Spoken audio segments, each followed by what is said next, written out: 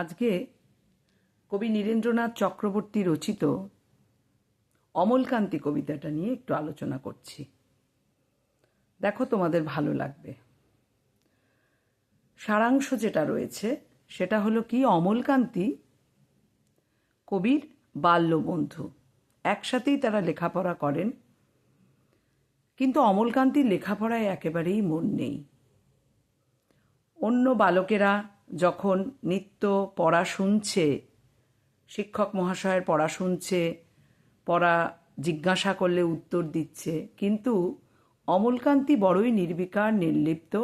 সে বিদ্যালয়ের যে শ্রেণীঘর, সেই শ্রেণীঘরের জানলা দিয়ে বাইরের প্রকৃতি দর্শনেই তার মন অনেক বেশি ধাবিত হয়।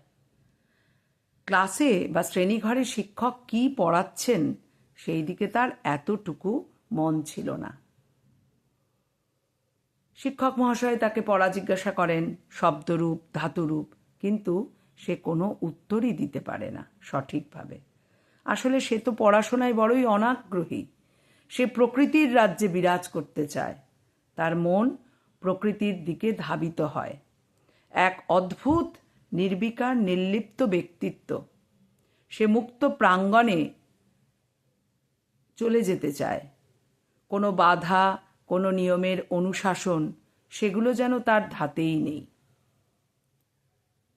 সে কি হতে চেয়েছিল, এই জায়গাটা ভালো করে শোনো। সে হতে চেয়েছিল রোদ্দুর। শুনে মনে হবে রোদ্দুর কি হওয়া যায়?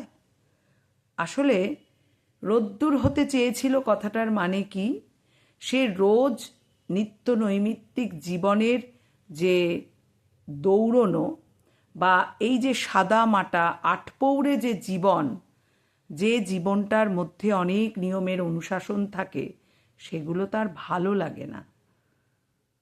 সে মুক্ত বিহঙ্গের মতন প্রকৃতির কোলে উড়ে বেড়াতে চায়।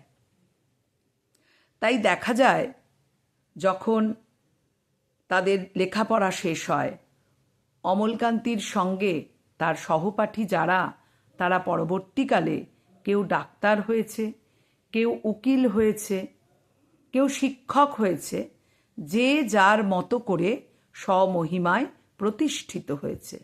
কিন্তু অমলকান্তি, সে তো রোদ্দুর হতে চেয়েছিল। রোদ্দুর তো হওয়া যায় না, এ তো এক অলীক কল্পনা মাত্র।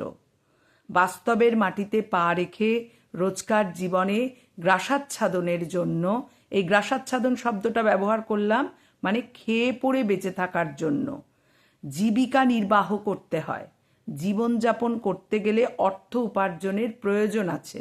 অমলকান্তি যেহেতু তার নিজের শৈশব কৈশোরে সঠিকভাবে লেখাপড়া করেনি বা অন্য কোনো বিষয়কে সঠিকভাবে আয়ত্ত করেনি, তাই তার সহপাঠীরা যখন নিজ গুণে স্বমহিমায় প্রতিষ্ঠিত হয়েছে, অমলকান্তির রোদ্দুর হতেই পারেনি, বরং অমলকান্তি প্রতিষ্ঠিতও হতে পারেনি সঠিকভাবে। সে এক অন্ধকার ছাপাখানায় কাজ করে, কোনো রকমে তার দিন চলে। সে সময় পেলে কবির কাছে আসে এবং একটু চা খায়, দুজনের একটু কথোপকথন হয়। কবি তার নিজস্ব সৌজন্যবোধে, ভদ্রতার কারণে বন্ধুর সঙ্গে কিছুটা তাকে পথ এগিয়ে দেয়। কিন্তু অমলকান্তির জীবনে কিন্তু আর প্রতিষ্ঠিত হওয়া হলো না। এমনকি তার যে ইচ্ছে পূরণ, দেখবে এরকম একটা প্রশ্ন আসে যে সে কি রোদ্দুর হতে পেরেছিল? অমলকান্তির ইচ্ছে পূরণ হয়েছিল কি? যদি ইচ্ছে পূরণ না হয়ে থাকে, সেক্ষেত্রে কি মনে হয়? অমলকান্তির ইচ্ছে পূরণ হয়নি। অমলকান্তি শৈশবে রোদ্দুর হতে চেয়েছিল, কিন্তু সে বুঝতে পারেনি বাস্তবের মাটিতে প্রতি মুহূর্তে ঘাত প্রতিঘাত আছে, চড়াই উতরাই আছে। তাই জীবনের চলার পথে যে কাঁটা, সেই কাঁটাকে উৎপাটন কি করে করতে হয়, তার জন্য শৈশবে নিরলস বিদ্যাভ্যাস প্রয়োজন। ওই যে বলে না, লেখাপড়া করে যে গাড়ি ঘোড়া চড়ে সে। তোমরা এক্ষুনি আবার বলবে বর্তমানে এই প্রবাদ প্রবচনটি বোধহয় কাজে লাগে না, কিন্তু বিদ্যানুরাগ এবং যে কোনো কাজই নিত্য অনুশীলন, সঠিক কাজের নিত্য অনুশীলন পরবর্তী জীবনের সুন্দর দিন এনে দেয়।